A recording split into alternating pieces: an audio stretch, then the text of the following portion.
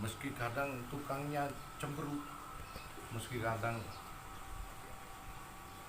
pengawas-pengawas lapangan itu pada amburadul, sang arsitek yang disukai oleh pengusaha-pengusaha cuman tersenyum. Dia cuman mengatakan begini, kerjalah semestinya kau bekerja, aku tak melibatkan apa urusanmu. Yang terpenting satu, komitmen dan jaga talentamu sebagaimana kamu itu ahlinya di bidang. Tapi kalau kamu lebih komitmen, maka kau konsekuen di dalam mengerjakannya, bangunan ini akan terjaga tertata rapi dan tepat waktu. Lebih bijak lagi seorang arsitek akan menyatakan, entah kau banyak nganggur, entah kau kerja hanya 6 jam ataupun hanya 5 jam sekalipun dari yang 10 jam aku rencanakan, aku tak mau tahu. Yang terpenting dalam sebulan kamu harus bisa selesaikan bangunan ini.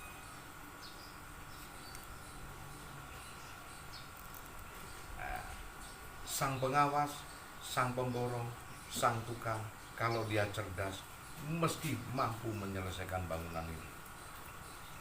Meski dalam 1 jam, 1 bulan, bahkan dia mampu menyelesaikan dalam 10 hari. Itulah dia seorang yang konsekuen, dia yang jadilah kamu seorang murid, jadilah kamu seorang toreko yang konsekuen. Jadi seorang hakikat yang komit dalam dirimu sendiri, yang dulu pernah kamu menyatakan aku tak belajar ini. Juga saya di sini, saya komit dengan diriku, maka saya didudukkan di sini oleh Allah karena komit dan konsekuen dalam hidup. Tidak mungkin seorang guru ngajar kepada murid atau seorang dosen ngajar kepada mahasiswa-mahasiswinya tanpa dia mengetahui landasan ilmunya dan konsekuen di bidangnya. Tidak mungkinlah dia akan menjadi seorang dosen. Sama dengan seorang guru sejati. Tidak mungkin landasan ini akan ada.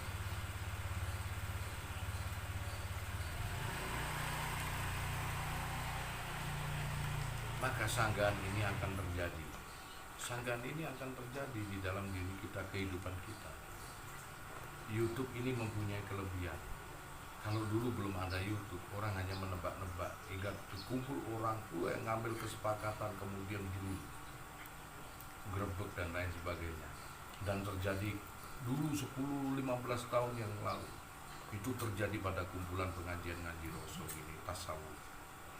Padahal Rasul inilah tasawuf. Kalau bahasa sufinya disebut tasawuf, nah, bahasa intelek dari Al-Quran maka disebut tauhid. Mereka tidak sadar dengan pola bahasa yang berbeda dengan bangsa yang berbeda. Bahasa ketuhanan disebut sirullah, yang ranahnya berada di tauhid. Mereka semua masih belum sadar. Dan dirimu sendiri harus menyadari bahwa memang Gusti Allah itu nyiptakan yang sesederhana ini. Tidak ada yang rangkaian rumit yang diceritakan. Apa? Khususnya untuk mengenal Allah. Seorang arsitek dia akan mengetahui bagaimana besi yang pantas dan layak untuk dijadikan dek. Ono sing banci, ono sing asli. Apakah yang banci? Seorang arsitek mengetahuinya. Kalau seorang tukang, mana barang, saya selesaikan. Seorang arsitek tahu campuran pasir dan semen hingga dia tahu kualitas bangunan seperti apa. Seorang tukang, mana semennya, mana pasirnya, tak udeke. Tidak peduli dia. Seorang arsitek juga akan tahu bagaimana cara menggaji sesuai zamannya dan bagaimana memberi upah yang tepat dan benar. Karena dia tahu makan sekarang jumlahnya berapa harganya, minimal 15.000, kalau 2 kali 30.000, untuk anak dan istrinya 75.000, untuk kantongan bensinnya 20.000. Makanya tahulah tukang sekarang gajinya 150.000. Disesuaikan. Seorang arsitek perencana baru.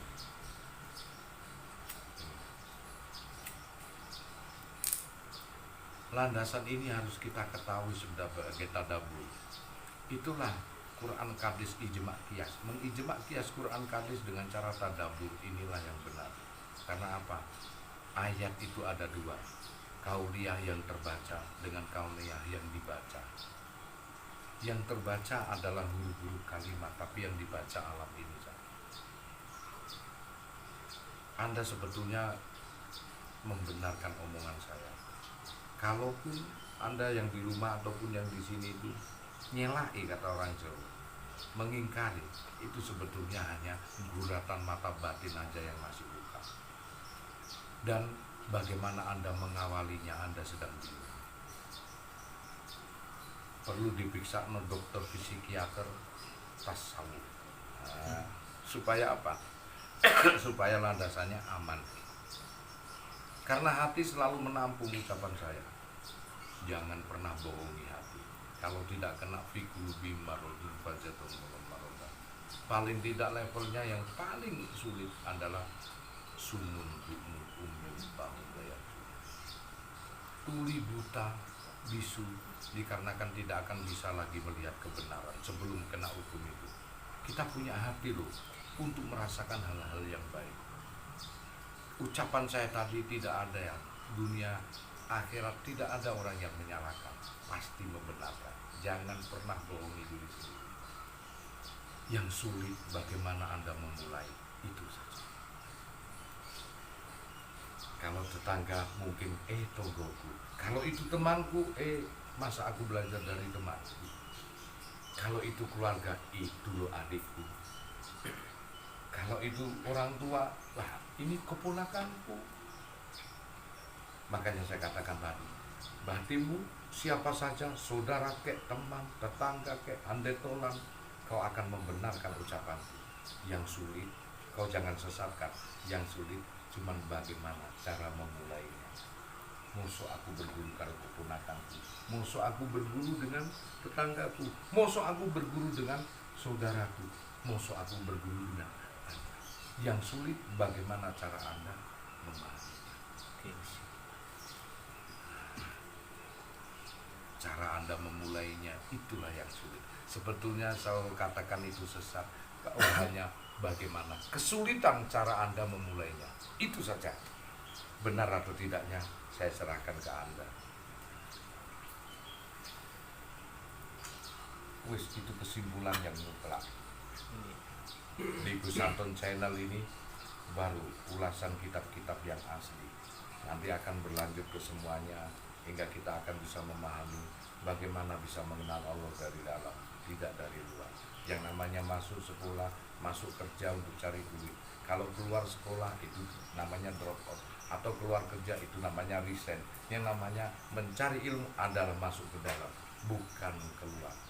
Keluar ini hanya untuk menyatakan bahwa kemampuan kita mengenal alam saja, cuma itu aja. Nah, begitu simple ya. Live streaming belum. Ya, oke, bisa nanti diadakan live streaming, nggak masalah. Oke, sudah bisa Gus, tinggal atur waktunya aja nanti.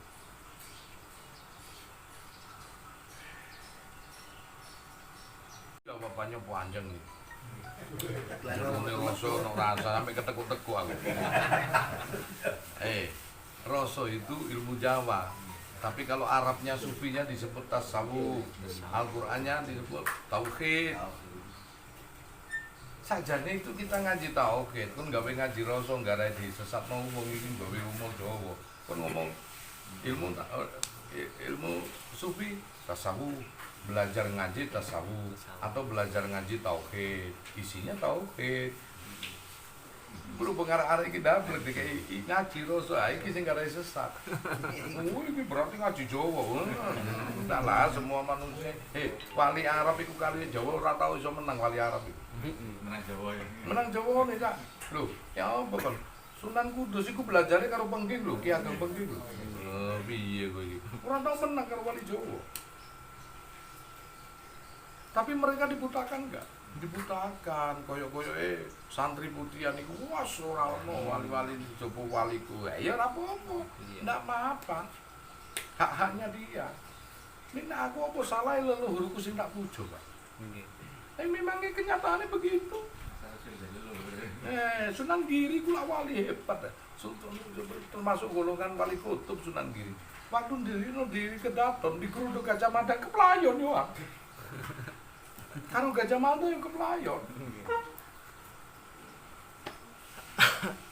Saking hebate gak iso nundukke wong Jawa, strategine pinter.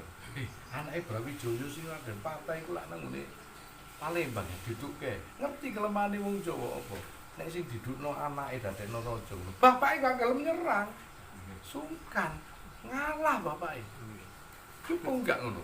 Lewat kan. Lewat sampe Mojopahit. Lewat. Enak tak cerita mungkin nak kowe mangkel. Kan gak tak cerita ben gak mangkel karo wali-wali. Enak tak cerita nih Cilacap boleh. Suluk Malang Semirang kayak. Sama. Sama. Nah di mana letak kita sekarang dan kita harus bagaimana? Masa nggak boleh? Dohirun batin. Makanya kita ini ngaji 50 tahun Rasulullah. Kalau di masjid-masjid ini ngaji yang 13 tahun Rasulullah. Saat usia 50 diturunkan sholat 5 waktu ini sampai meninggal Rasulullah umur 63 tahun inilah yang dikajikan orang 13 tahun. Yang batinnya Rasulullah belum. Kemarin aku menjelaskan konsep dimensi dari Mi'raj. Kau berapa bulan di sini? Hampir setengah tahun ya. Ada yang baru setiap hari. Selalu Maka baru. itulah kalam walau anama fil ardi jadarul aklam wal baru yang mudumin ba'di sab'atu muniru nafidat kalimatullah illallah azizil hakim. Hutan ku jadikan pena, lautan segoro ku jadikan tinta, nafidat sab'atun ditambah ketujuh itu pula nafidat kalimat tak akan mampu menulis kalamullah. Nek cuma nutuk ego santun lepas. Ada keterbatasan dalam memori. Tapi kenapa? Aku katakan lahul mahfuz kau gali dari aku hanya 11,5% dari 100% apa yang ku dapatkan saat bertapa dulu. Dan konsep ini bagaimana saya dengan guru saya, bagaimana guru saya dengan Rasulullah masih belum ada 1%-nya. Bagaimana saya masih 1%-nya dengan guru saya yang 100%. Guru saya mungkin masih 1%-nya dengan gurunya yang Sunan Kalijogo yang 100%. Sunan Kalijogo mungkin 1%-nya dari Dzulkadir Jalani yang Sultanul Aulia yang 100%. Dzulkadir Jalani mungkin masih 1%-nya dari 100%-nya Rasul. Kau lihat aku aja heran disunjabarkan begini. Bagaimana dengan Rasulullah yang metamorfosis? Mokotitele Rasulullah itu S3, Khataman Nabiyyin S1, penutup para nabi, Rasatul Anbiya, penerus nabi-nabi Ainul Yakin, rahmatan lil alamin, rahmat untuk seluruh alam. Makanya Islam itu rahmatan lil alamin, bukan rahmatan lil Arabi, bukan rahmatan lil Turki, rahmat gawe seluruh Arab, rahmat gawe seluruh Turki. Rahmatan lil alamin iso digawa nang Jawa Islam Nusantara ya bisa. Dengerin sing nolak Islam Nusantara itu. Boleh ngomong Islam Nusantara, boleh karena rahmatan lil alamin. Boleh rahmatan lil Papua, boleh. Iki ono sekaten enggak apa-apa. Ono suruhan nanti malam ini enggak apa-apa. Karena rahmatan lil alamin kanggone wong Jawa, rahmatan lil alamin kanggone wong Turki enggak apa-apa. Kalau Islam disebut rahmatan lil Arabi, keliru. Tahlilan yasinan iku ayo nurut Arab kabeh. Nah, yuk Gusti Allah diprotes. Kenapa aku gak dilairno wong Arab ae? Kalau konsep ini diketahui, maka kita nggak bersalah. Ngadakan tahlil yasin, kemudian sedekah bumi, kemudian sampai maulud dan nabi, nggak salah. Karena ngerahmati seluruhnya.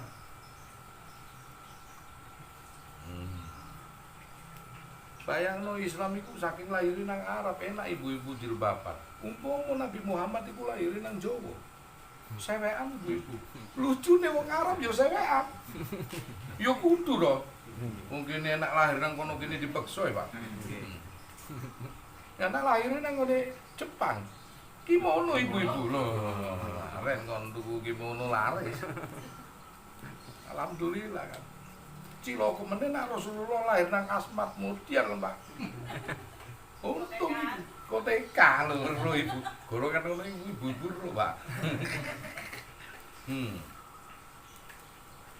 Berarti nak didokok nggon iku berubah-ubah berarti duduk hakiki.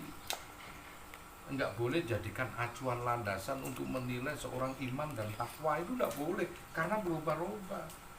Makanya Gus Dur bojone mung kerudungan toh enggak masalah sih. Sepenting iman batinnya itu menampung itu. Enggak masalah. Kenapa kok nang ngene kono iku kudu kae diungkap? Karena sahwate wong Arab iku minyake samin, gede-gede. Lihat bentuk wae wis gak karu-karuan wong Arab itu. Makanya dibentuk suatu tubuh sing tidak wingi meneh ono ngaji ono sing cadaran mumpet aku. Terus piye? Padahal kalau sholat kita diperintahkan kudu kelihatan tangan dan muka. Anehnya ini cadaran. Menghadap Allah aja diperintahkan tangan ini dengan muka harus tampak.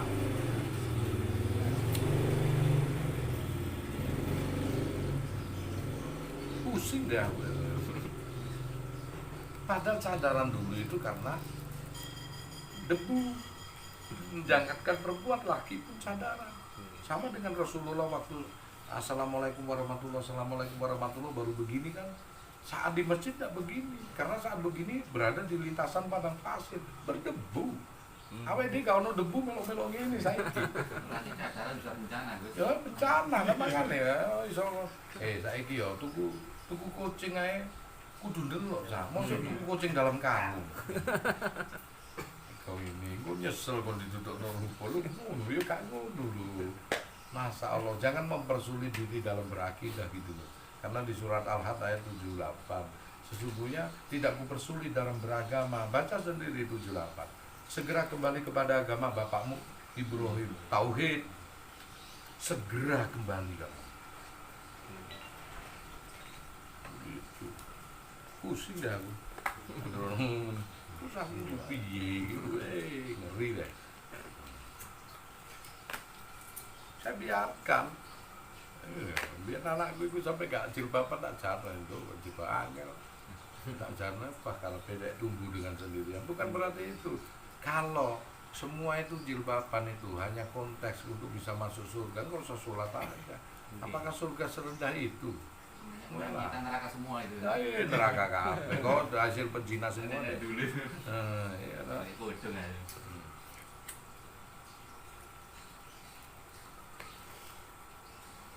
Tutupi yang sekiranya lawan jenis itu tak mampu. Kalau di sini kan biarpun tampak itu enggak rasa tak. Yang masalah karena memang proses ini enggak ada lah, mungkin 1000 orang, maaf ya 1000 orang sing sawan lah ndol rambut itu penyakit apa? Dermatoblastosis.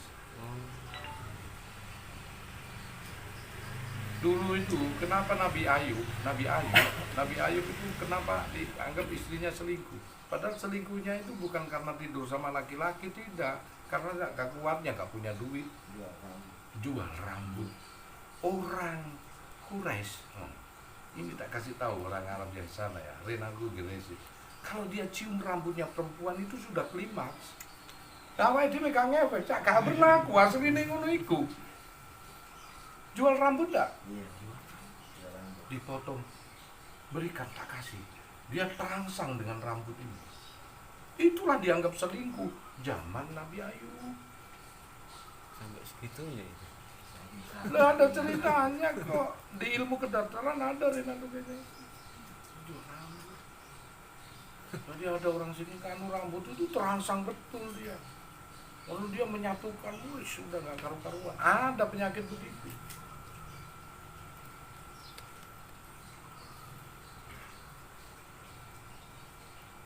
Bukan selingkuhnya ditidurin, bukan, aneh itu dipegang rambutnya aja sudah haram karena mampu mengangkat birahi, pegang rambutnya. Di Arab itu begitu.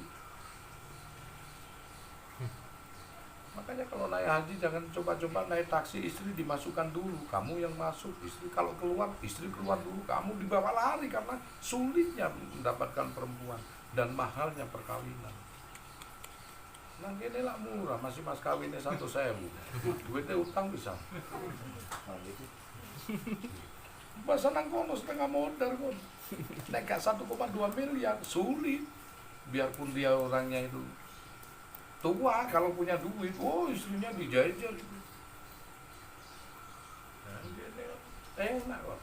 Jadi orang Arab kalau lihat orang sini 21 tahun sudah menikah, wah kaya betul kau gitu. Dan kalau koncoku Abdullah umur 51 belum nikah, nggak punya duit. Sulit. Karena sampai supir taksi di sana itu bawa lari orang itu. Ada temanku Pak Gozali yang punya Dodit minuman itu, istri mudanya hilang sampai sekarang. Ya gara-gara itu. Masuk hotel ditinggal beli gorengan atau makan, masuk, nah, udah ada kalau hotel di sini aman. Ibu di sini ya, aku pergi.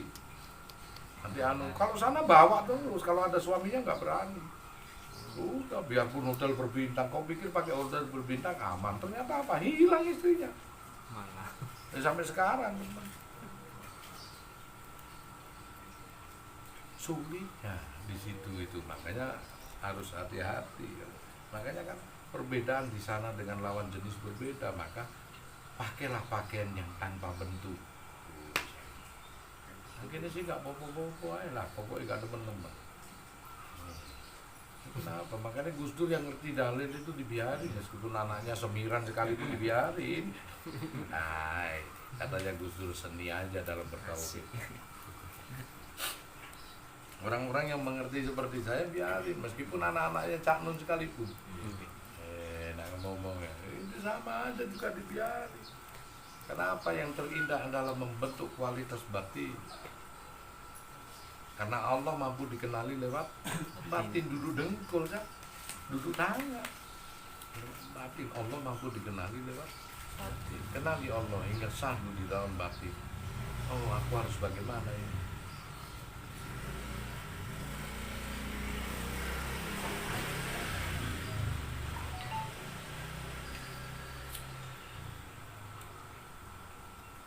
Gus, ada pertanyaan dari jamaah Gus, minta diudar soal sejarah bulan Suro sama tirakat apa yang harus dilakukan. Saya rencanakan nanti malam. Oh nanti malam nggih. Nanti malam Suro ya. Nggih. Saya akan wedar juga bagaimana Suro ini terjadi dan bagaimana Sundul Bolong terjadi ya. Susana kan mesti satu Suro. Mantap. Iklan lewat. Live streaming nanti. Iya, live streaming nanti malam, jadi live streaming sambil cangkruan kita ngungkap. Siap. Bulan Suro ini yang harusnya bagaimana, dan seorang istri harus bagaimana, seorang suami harus bagaimana. Semua akan terjawab di sisi bulan Suro. Suro tempatnya tirakat ke semuanya, ya. Terus hakikat di dalam diri apa?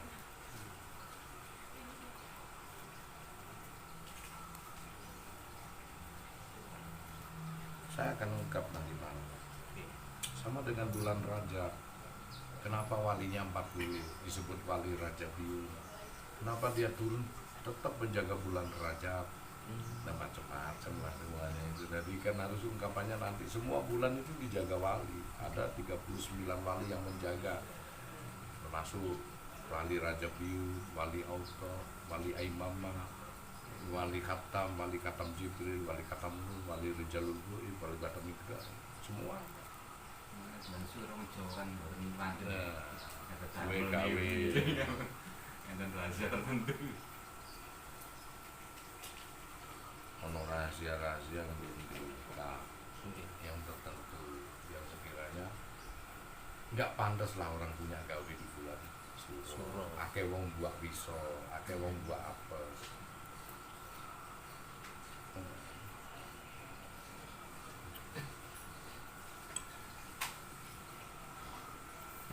Jangkep nanggo bengi Suroan iki gak tidur lagi 4 hari.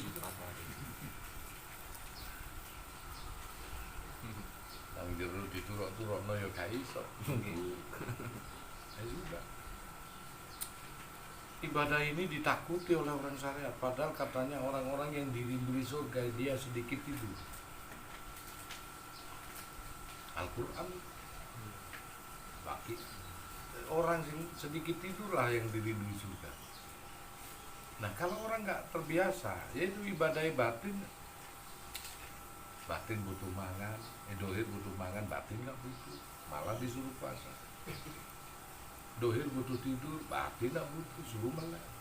Sampai-sampai Rasulullah memancing 1/4 3 malam, setengah malam atau 1/3 malam melek Allah, dipancing sama Rasulullah. Paling tidak malam kau suruh melek karena syawal tidak terhingga. Saya tahu kita bisa ketemu Nggak aja. ketemu. Minyak banyu itu. Belum ketemu.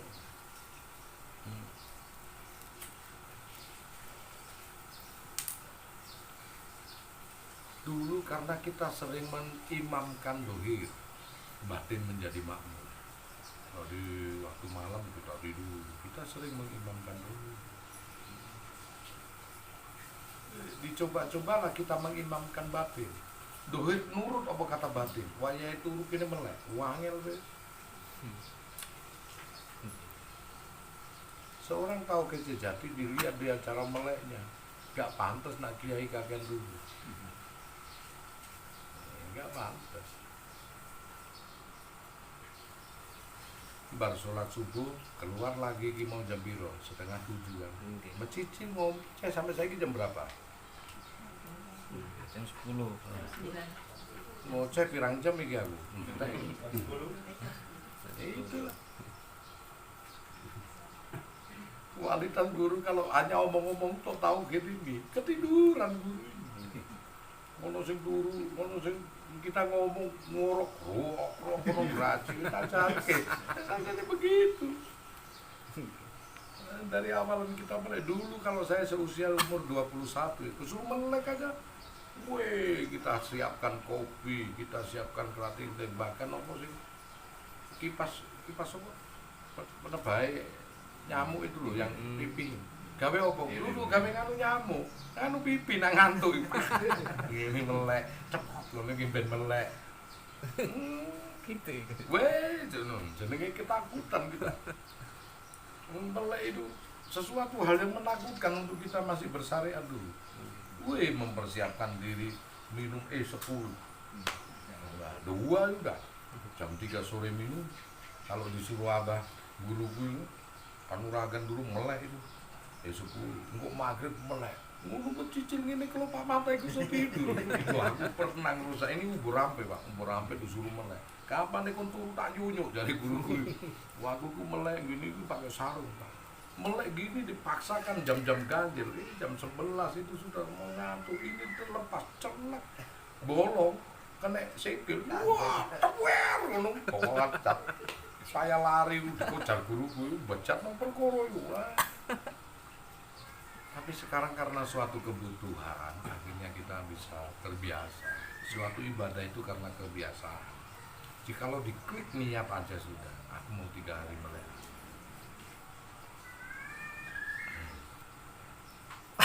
Energi yang tak terhingga. Ilmu pengetahuan mengatakan orang tidak tidur 9 hari dijamin mati. Tapi Allah, orang tidak makan 15 hari baru mati. Lebih bahaya melek. Saya kalau hampir 5 hari lah turuk-turukno deh. Semoga itu. Ndonga ambek Gusti Allah baru tidur. Itu pun nggak bisa lama, yang penting pernah tidur. Ini putus saraf-saraf tegak.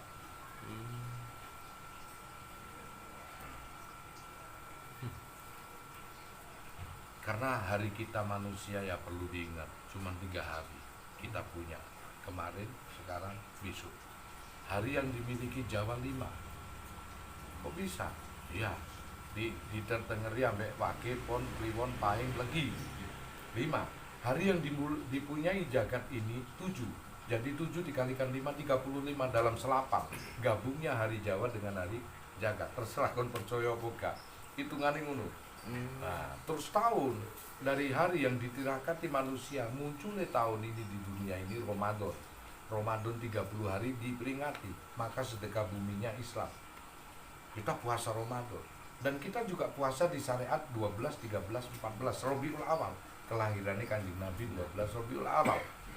Nah, terus kita juga karena hidup di Jawa harusnya puasa lahir di tanah Jawa Anggoro Kasih, Selasa Kliwon, Rebo Legi, Kemis Pahit. Terus lahir aneh kon niku lahir, kon niku poso kelahirannya Kanjeng Nabi, kelahiranmu dhewe lali. Acara saya kan ngoten ya. Senin Kamis kan. Lali kelahiran. Ramadannya sendiri lupa. Lali-lali Jawa itu posone Anggoro Kasih. Loh, kenapa begitu? Harus saya harus meyakini gitu. Kau makan di bumi tanah Jawa tukule pari. Kau makan kena sawape Jawa. Kau minum dari hasil airnya tanah Jawa. Kau tiduri, kau kencingin tanah Jawa. Ini ibu pertiwi. Dan ingat, Ju dilahirkan 2 kali. Oleh ibu rupa menungso lahir ke bawah dan ibu bumi besok minhal wa minhanukri tukum tarotamuko. Kau akan dibangkitkan di bumi ini. Jangan kau khianati ibu pertiwi Jawa. Kecuali kau narepe mati nang ngene Arab kono monggo silakan. Tapi kalau kau mati di sini jangan pernah kau khianati.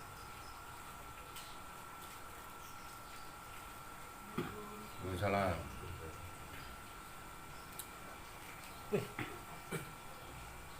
Artisnya teko artisnya. Sing nom lah wawi-wawi. Kudune sing wawi-wawi gurune ngawur.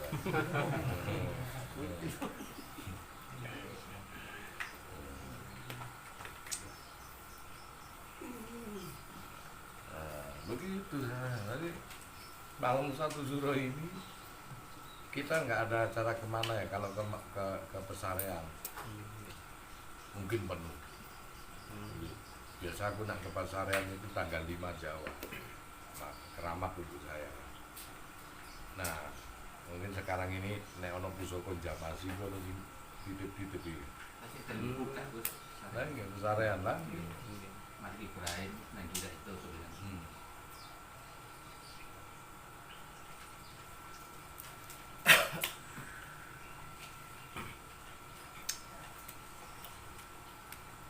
Dari mulai sebelum munajat Sabtu, hari Minggu, Senin, ini Selasa ya, Rabu ya, Rabu, burung tunggu ini, hanya lagi gitu deh. Mau aku lulus setengah itu sampai saya gitu, Turono nggak iso mambengi 4 hari.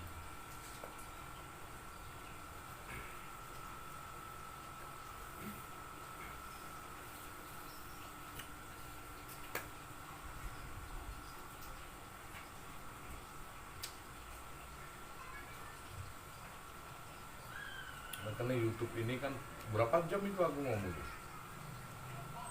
2 jam lebih tadi Gus. asik itu rodo kesurupan sidik-sidik asik itu